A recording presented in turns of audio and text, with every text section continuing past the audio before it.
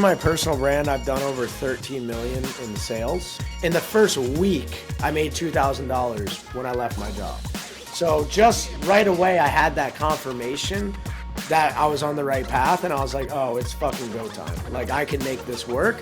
And then in that first month, I made about $10,000, $12,000. So from that day, I made an internal promise and a change in my life that I would do everything I possibly could to create a life that I actually enjoyed. The All In Podcast, where we dive deep and tell the stories of people who went all in on their goals, dreams, and building the life they desire.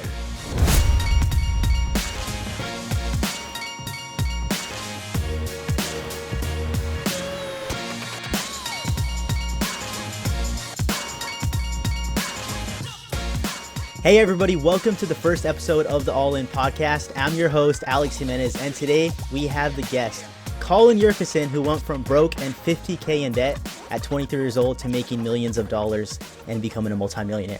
I think it's only right we had the author of the book Go All In on episode 1 of the All In Podcast.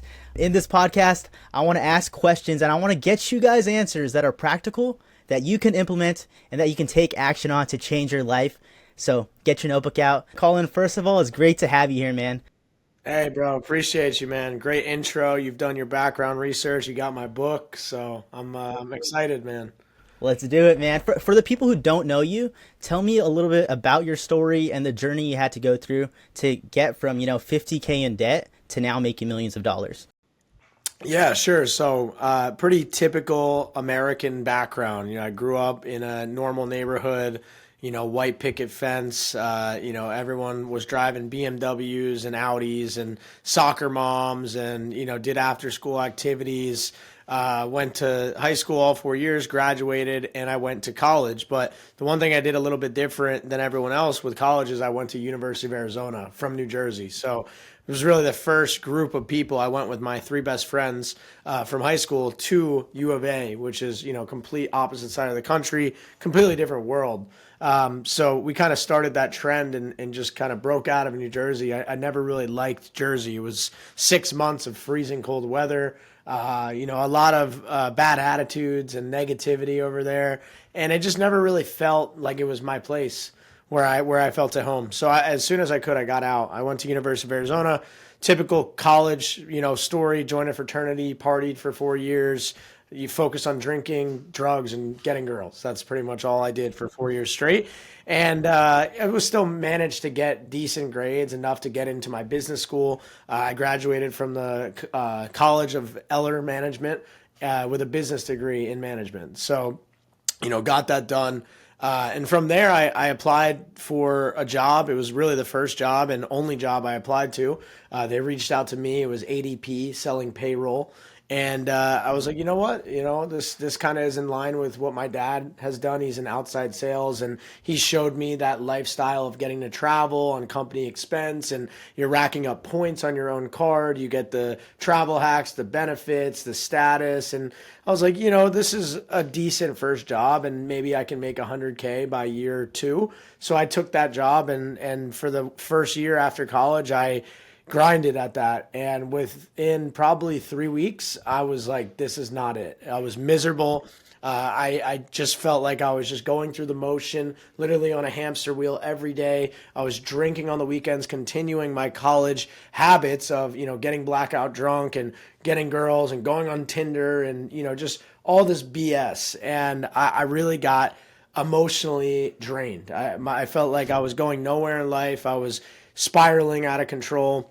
And one day I got drugged at a nightclub and don't really remember any of it, but woke up at some random person's house, had no idea how I got there, ran out of there, and my bank account was overdrawn. So I couldn't even get my Uber home.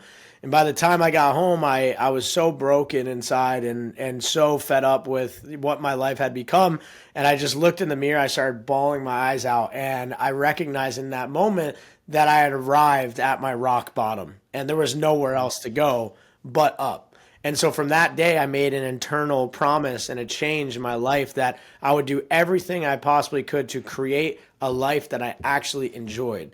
Because I hated myself at that moment. I wanted to build a relationship with myself and begin to love myself, because you're stuck with yourself forever until the day you die. So if you don't enjoy being in your own skin, then what is life? So that was my defining moment. And sometimes, going to rock bottom is actually what you need. And for me, that's exactly what woke me up and got me closer to God and got me on my grind with the morning routine, the meditation, the personal development.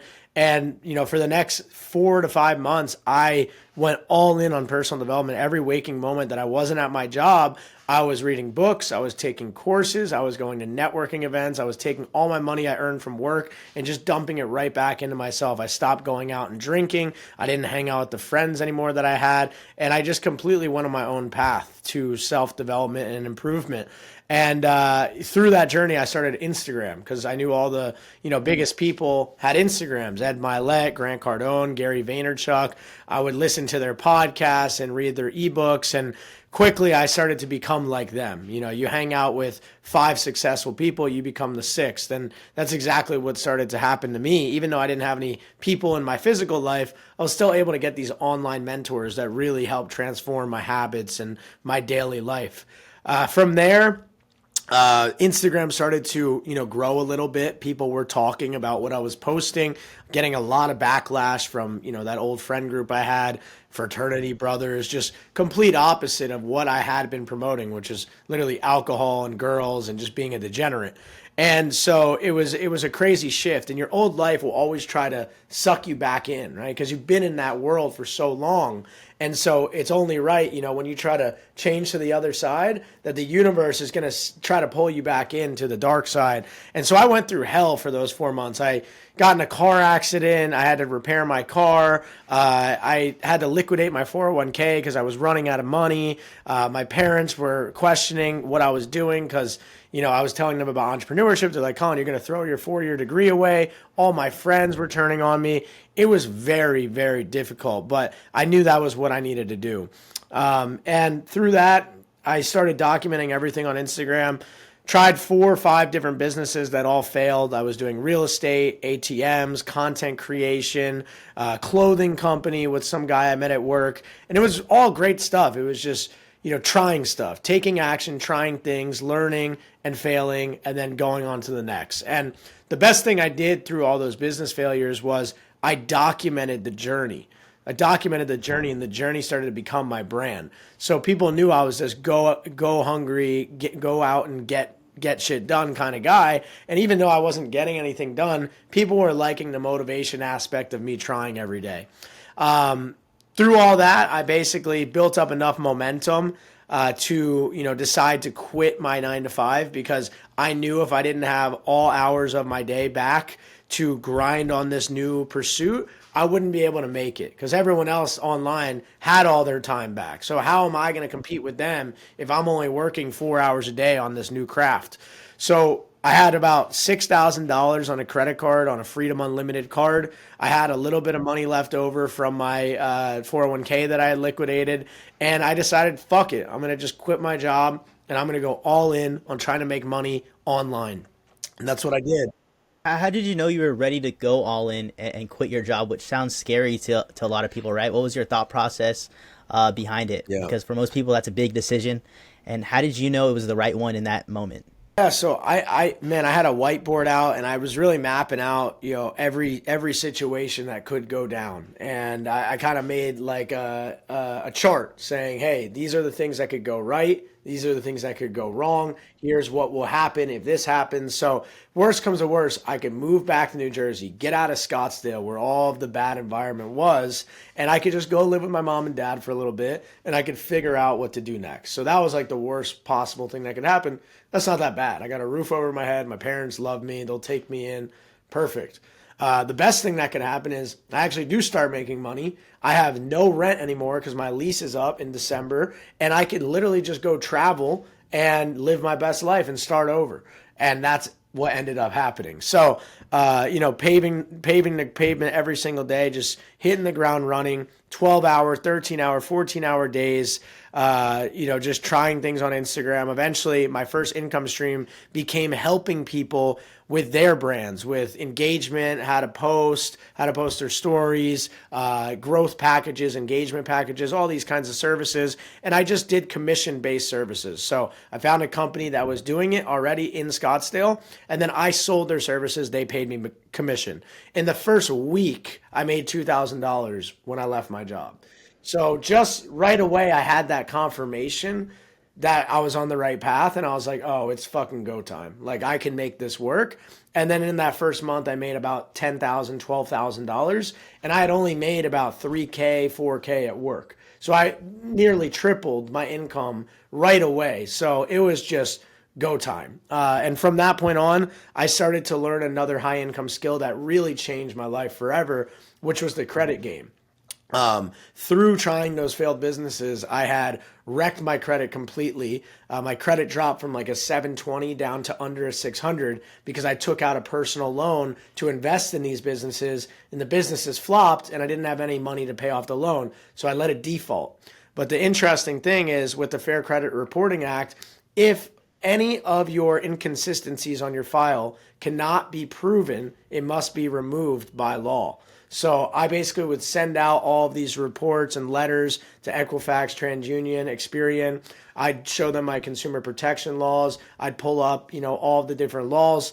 And basically I got it removed within a month period. And so once that loan was removed, my credit score shot up to like over 700, and I documented that entire process. So now people are like, hey man, you just solved that for yourself. How do I do this? And I didn't want to do all the credit repair myself because it took a lot of work. So what did I do? I just found a partner that I could send referrals to, and then he would pay me commission. So I remember having these two income streams now, the social media stuff and then also the credit stuff. And I kind of just bounced back and forth talking about each, and I quickly picked up another income stream, and I'd make about $500 every time I referred someone for credit repair. And so that turned really quickly into like 15K a month.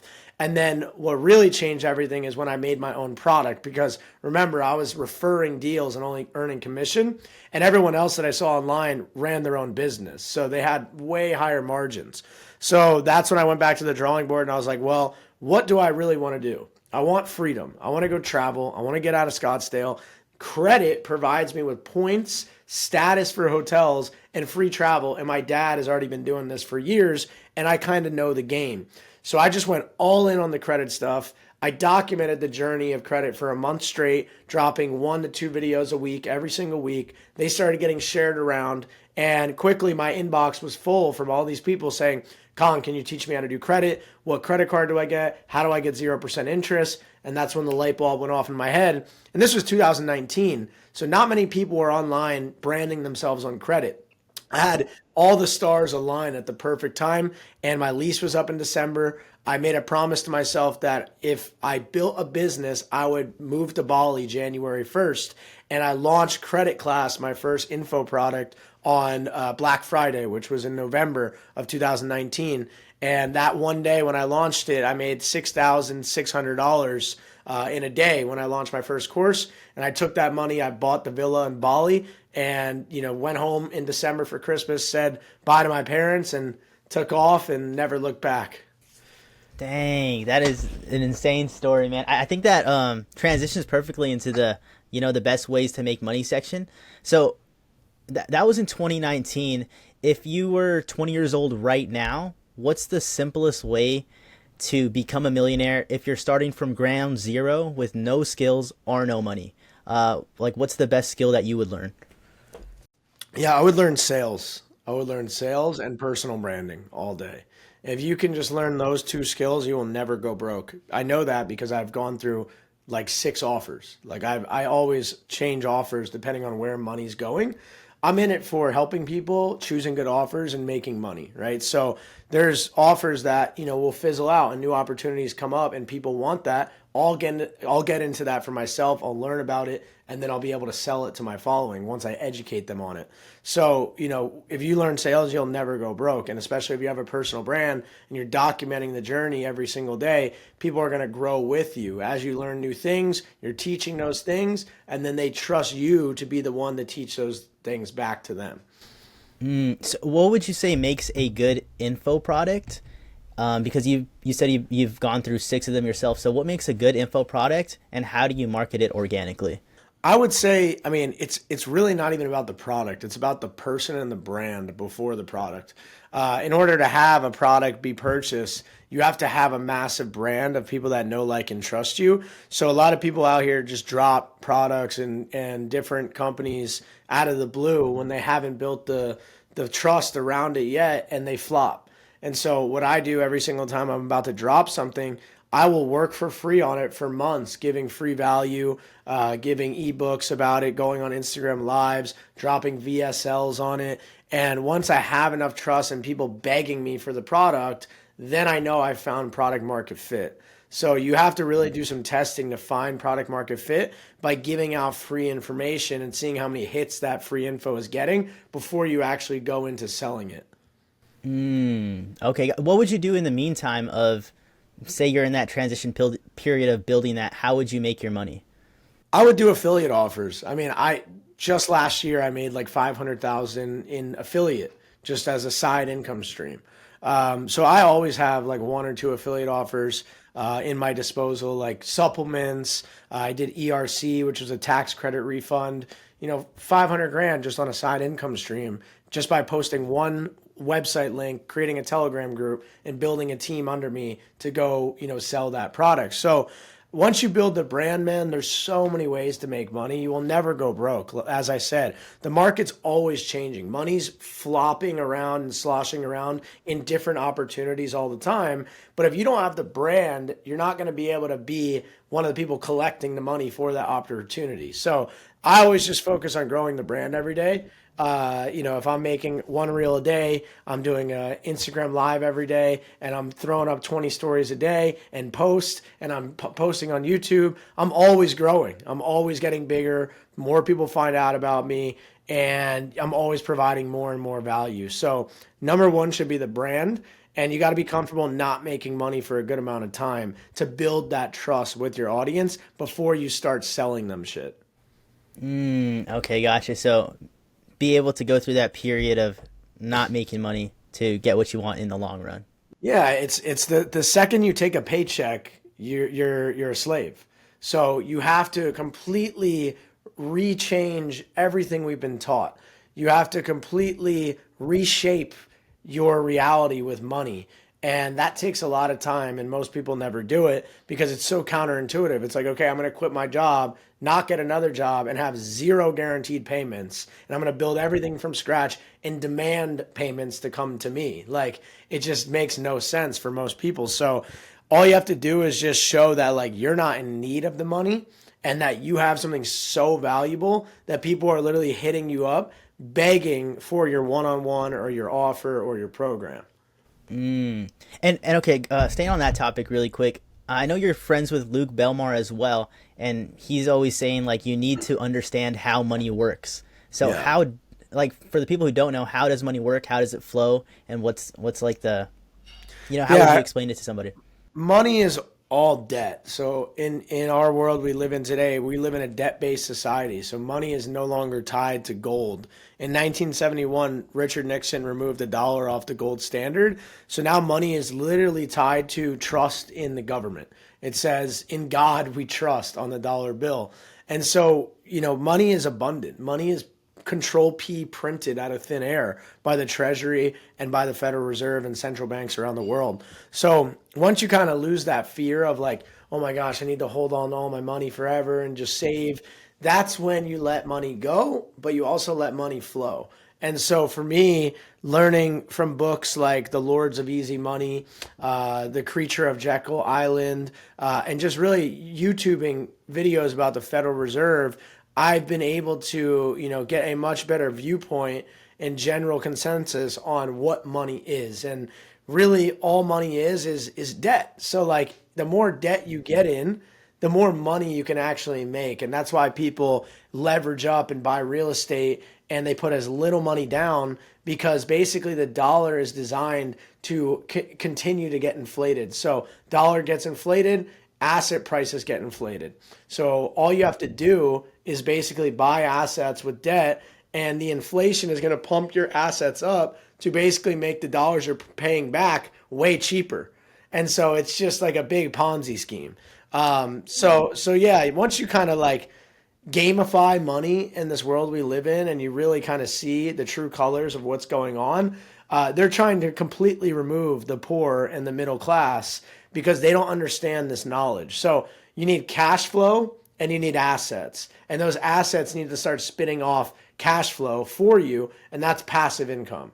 And then you want to take that passive income and you could go buy more assets with it, or you can just go buy dumb shit because you know that you're always going to keep making that passive income from those assets that you purchased. So yeah, your whole goal should be like creating a business that has very high profit margins, no overhead, which means no expenses, which is pretty much all info products, coaching. People pay me $3,000 for an hour for a phone call, right? And so I take that money and I go buy Bitcoin. I go buy real estate. I go invest in my camera guy. That's going to make me more money. So that's the whole game, right? It's keep your expenses low, live below your means until you can acquire enough assets that spit off enough cash flow that you can go live off of that cash flow. And then you have financial freedom. I love that. Awesome. Okay, cool. Yeah, you touched on crypto a little bit there, which I know you're super big on. I guess tell us a little about your journey with crypto, because it's a super interesting one, man. I've heard it and I think a lot of people like it. So that's really how I became a multimillionaire. I took my couple $100,000 that I had made and saved with info and affiliate offers, and I put it all in Bitcoin. I found Bitcoin at $4,500 when 2020 happened, when March of 2020 happened. So, COVID had that liquidity crisis, all stocks crashed, crypto crashed, and I took like 25 grand and I bought 5 Bitcoin with it. And from that point on, I kind of just kept stacking. And that was when no one really was talking about it. This was all summer of 2020, kind of like the summer we're going through now. The same thing's about to happen. We're just chopping around under old all-time highs. And, soon enough, it's just going to explode. We're going to experience a 12 to 15-month bull market again. And so I've been through this before. I know what's coming. And that's why 100% of my money is in crypto right now. Because I know how fucking massive and fast this wealth is created literally out of thin air. They're going to drop interest rates again. They're going to do quantitative easing. They're going to start buying assets, and those assets flow into crypto. And that's when we see everything explode. And you have alt season, Bitcoin going over 100K. And then it's all going to come down again. And it's this giant Ponzi scheme that keeps going every 4 years in election years, because they want to keep Biden in office. So they keep money nice and easy. They'll bring down interest rates and they'll pump money into the system to make him get reelected. And that's why Satoshi Nakamoto designed the Bitcoin halving event to be every 4 years on a presidential election year, because he knew that it's easy money policy in that year. So we have these amazing bull markets every 4 years, just like clockwork. And it's crazy because like my parents are like, how do you know Bitcoin's going to go up again? Like, what if it never goes back? And it's just this massive system that we all know once you read some books and you understand cycles that continue to happen every 4 years. It's an amazing opportunity to take all the wealth you've accumulated over the past 3 years, you put it all in the markets, you get a 3 to 5x, and then you take it out. And then you let everything draw down, you put it back in, ride the elevator up again. And it's how everyone builds wealth that actually has financial literacy in this world. So that's like what I built all my wealth on, kind of on accident. I didn't sell last cycle. I'm going to sell this time because I understand there's always a drawdown. So yeah, last cycle I basically, grew my wealth to like 3.1 million at the top. It went all the way down to about 1, and now we're over multi-millions again. So yeah, I'm 8 figures is obviously my goal, and I think I'll be able to hit that in 2025.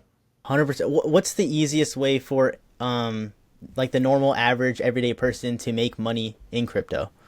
So crypto is a massive casino. I mean, 99% of it has zero use case still. Like people talk about memes like Pepe and Dogecoin, and they have no real use case, but so does everything else. Nothing has a use case. They all just have fancy names and white papers, but they're all bullshit.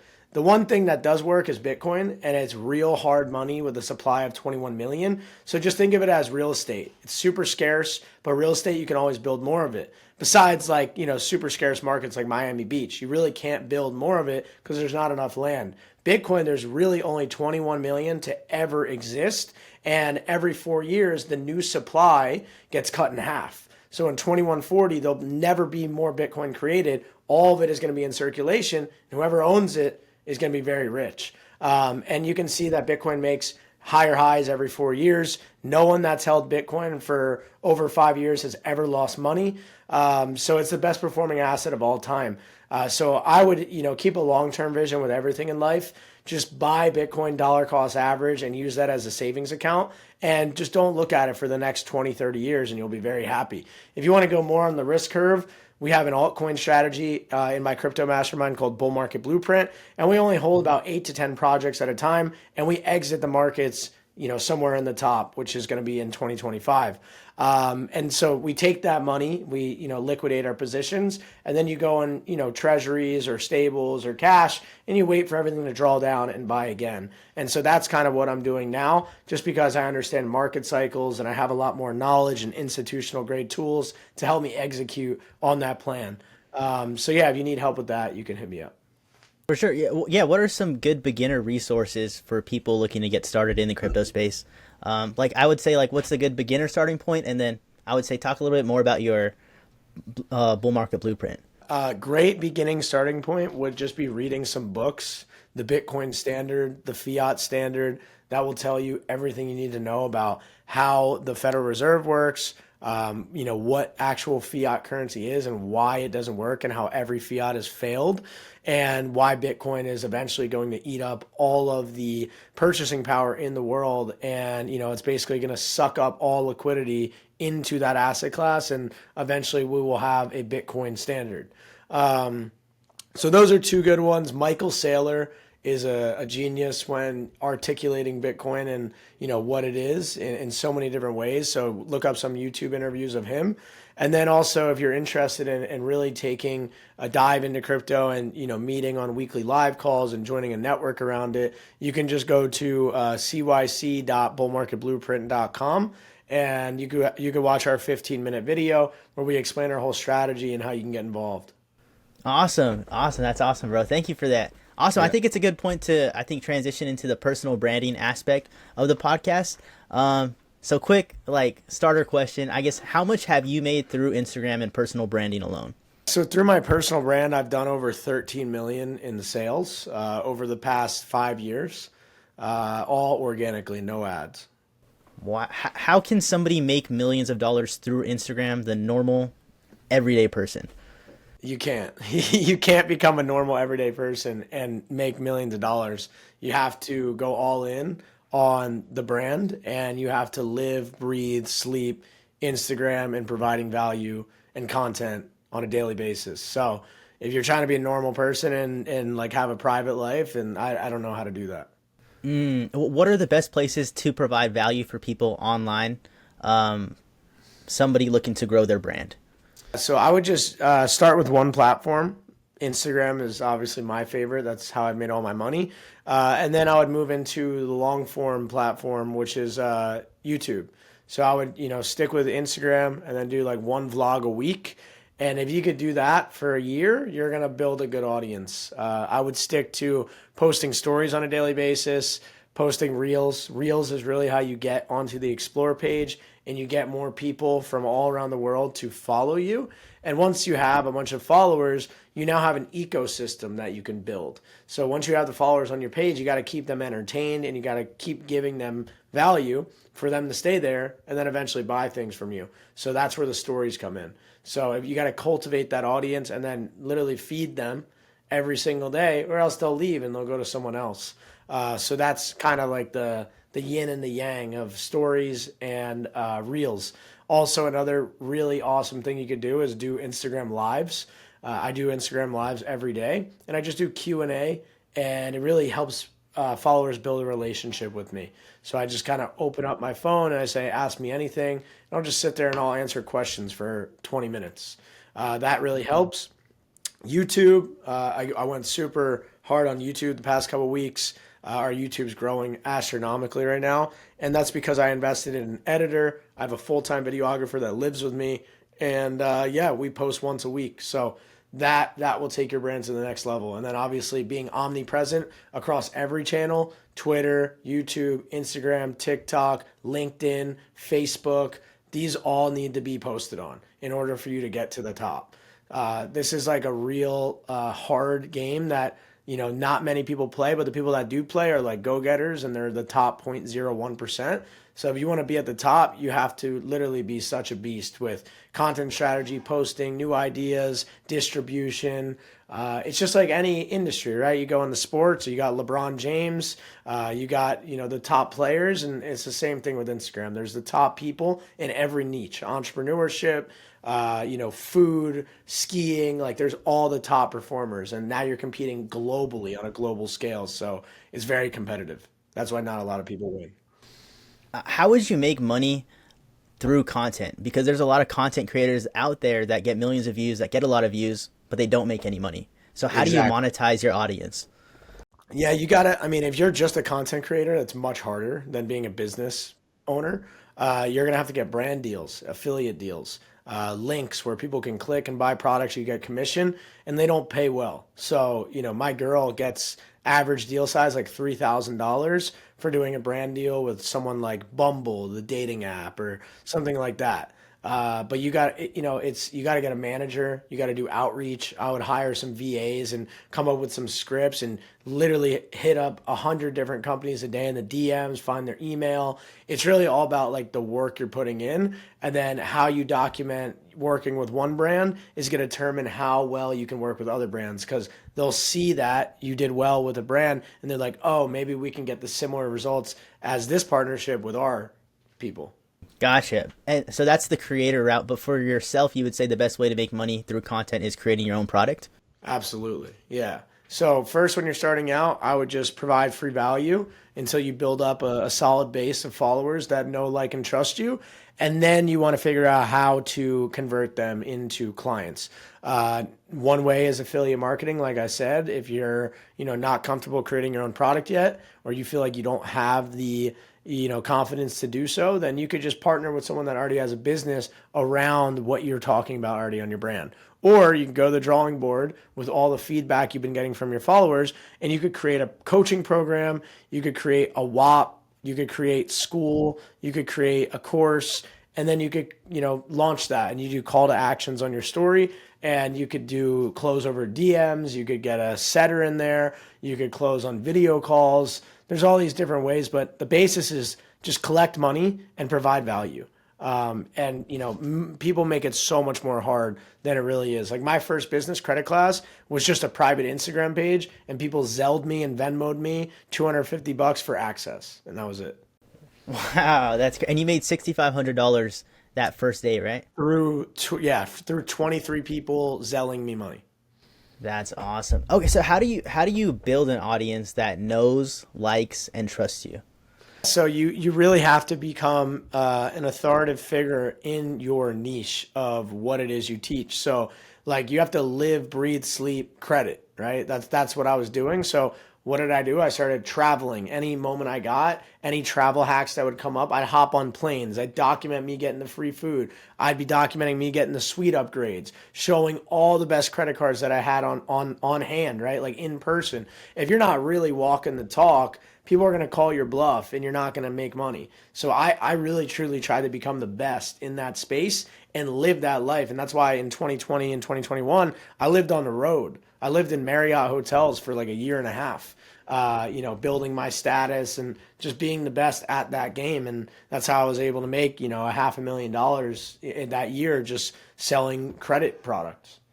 Wow. Okay, so how do you create a niche around yourself for a personal brand if you don't have any accolades or achievements and you haven't, made a lot of money online? How does the average person create a Yeah. niche for themselves?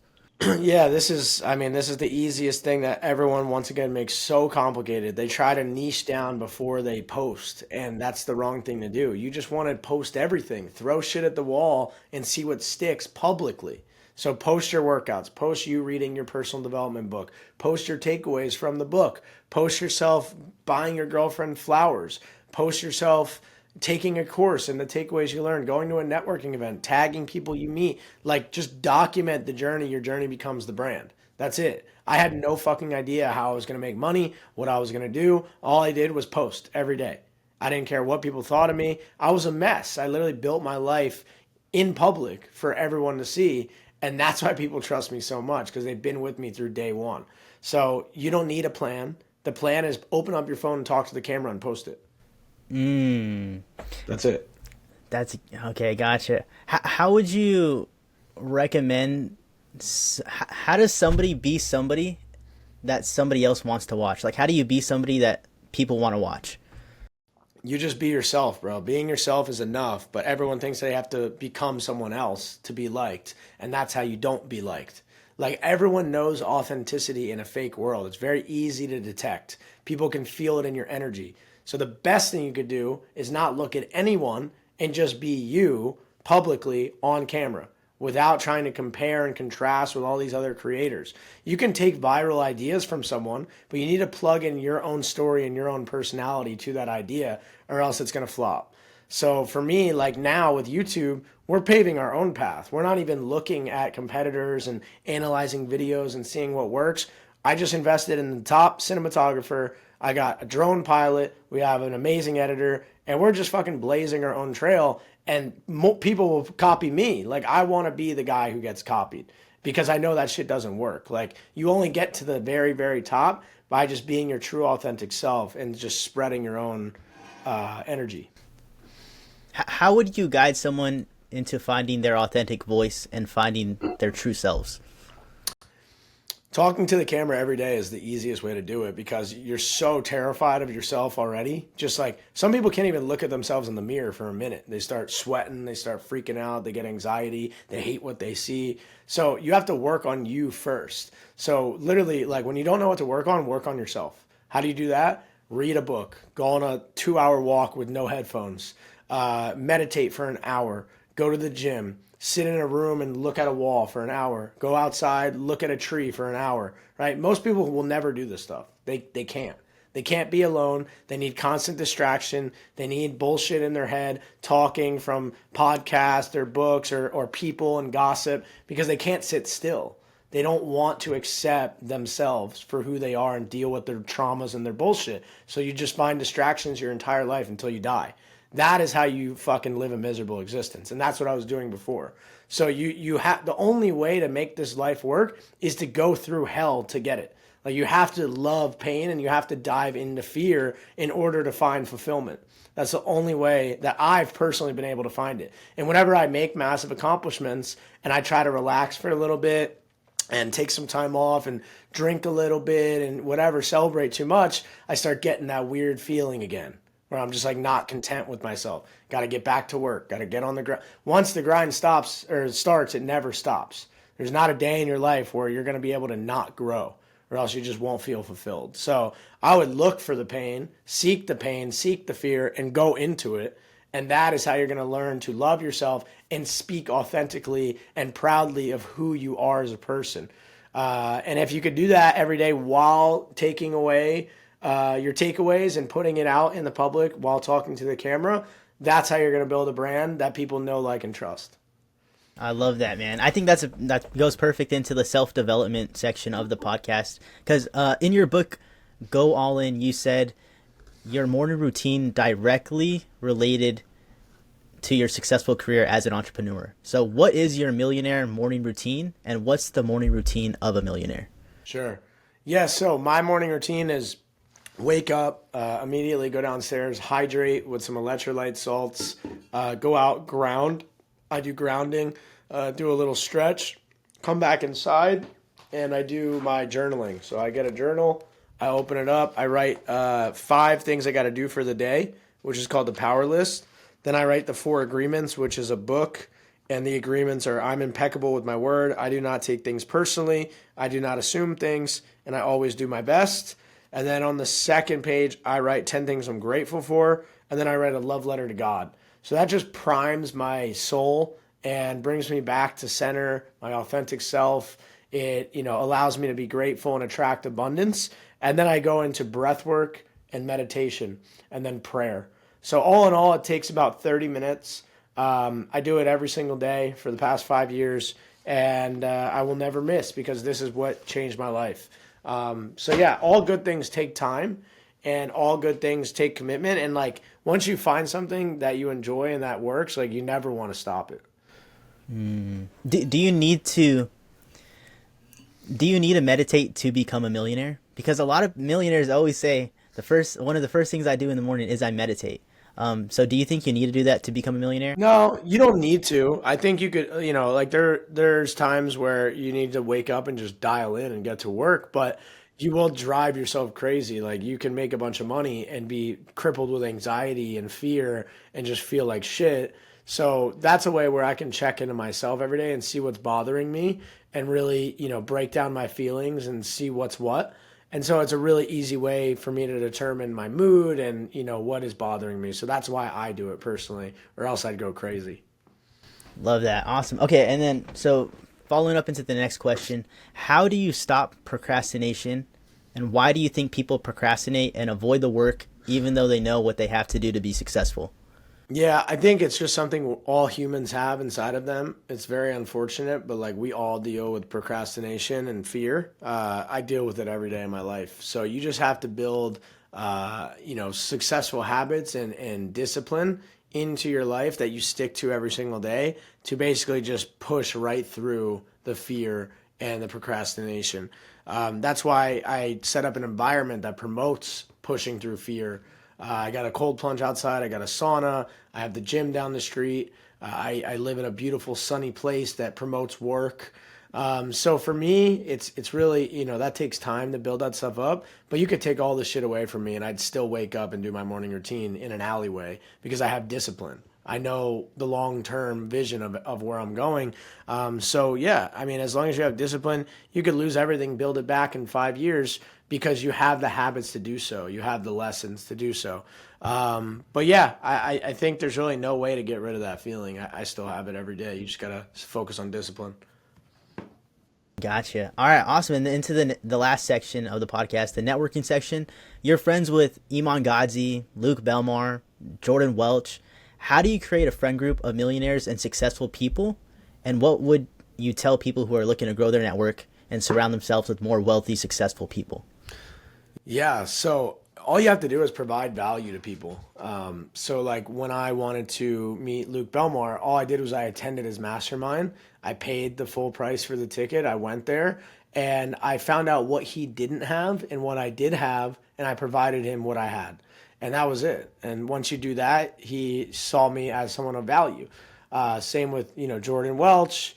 I just got in one of his YouTube videos, and that was always a dream of mine. From the moment I met him in 2021, I was like, I want to be in one of his YouTube videos. And it was way too soon, but I've built up enough value and trust with him, and I got him, hotel hacks and all the things that I know about credit, and I just gifted to him, and I spend a lot of time with him.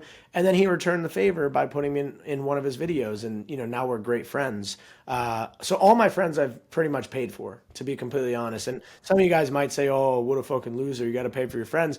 But at the end of the day, I want to be in rooms with people that are paying $50,000 to be in that room. That's all I care about. I want to be with people that are committed to leveling up spiritually, financially, mentally, emotionally, in every single way. And I'm going to find all of them very quickly at a mastermind instead of going to a bar where this is a terrible environment where people are paying to degrade themselves and get worse. How are you going to run into someone super successful there? It's going to be very hard. So I'd rather take the guesswork out of it and just pay to play and go to a room where all of these people that I want to meet are going to be at. What's the best way in those environments? What's the best way to pitch yourself and get connected with those successful people? Have a personal brand, find out what they're missing, and give it to them. Gotcha. Awesome, man. Okay, last question on the networking side of things. What skill would you learn or develop to provide them the most value? Those wealthy, successful people. Because I feel like many wealthy, successful people have similar problems. From your experience, what are the biggest problems they face and need help solving? Yeah, so I mean, you just got to be a unique and interesting person. Like I have a lot of I have a lot of skills in areas that not a lot of people know, like travel and credit, and those are so sought after. So I'm pretty much good every time I meet someone because most successful people they kind of left that shit out and they just focus on making money. They never got their credit right. They never got their travel stuff right, and now they want to spend all that money on travel. And so I'm always like, yo, I have 25 credit cards. I know all the hacks, how to status hack. I know how you can stay in hotels 50% off. And they're like, dude, oh my God, I need that. So I do that every time and it works every time. So yeah, I mean, honest point is learn credit. Also, how do people do that? How do people learn more about credit? Yeah, you can join my personal brand mentorship and it comes with Leverage Lifestyle, which is a credit course. Awesome. Awesome. Yeah. We'll definitely link your personal brand and everything down below. I guess the last question of the podcast would be, what would be your words of advice to somebody who's on the verge of going all in? Start right now. Don't wait till tomorrow. Like you can't be on the verge of going all in. It's just you're all in for life. That's it. You have to be relentless about going all in every second of the day, and it's always just put in that extra rep, do that extra thing. When I'm at the gym and I'm feeling like a pussy and I'm not wanting to be there, I go even harder. Right? When I didn't sleep much and I'm hungover or whatever, I feel like shit. I'm in there banging out harder work than I would if I felt good. And so that's just my mentality all the time. It's just do that extra set, do that extra rep. Like, just make sure you fucking make it. And that's kind of my mentality every single day. And it's easy. Once you get results, man, you just get so addicted to success and winning that it's all you want to do. Awesome, dude. It was awesome having you on the podcast, Colin. A lot of value dropped.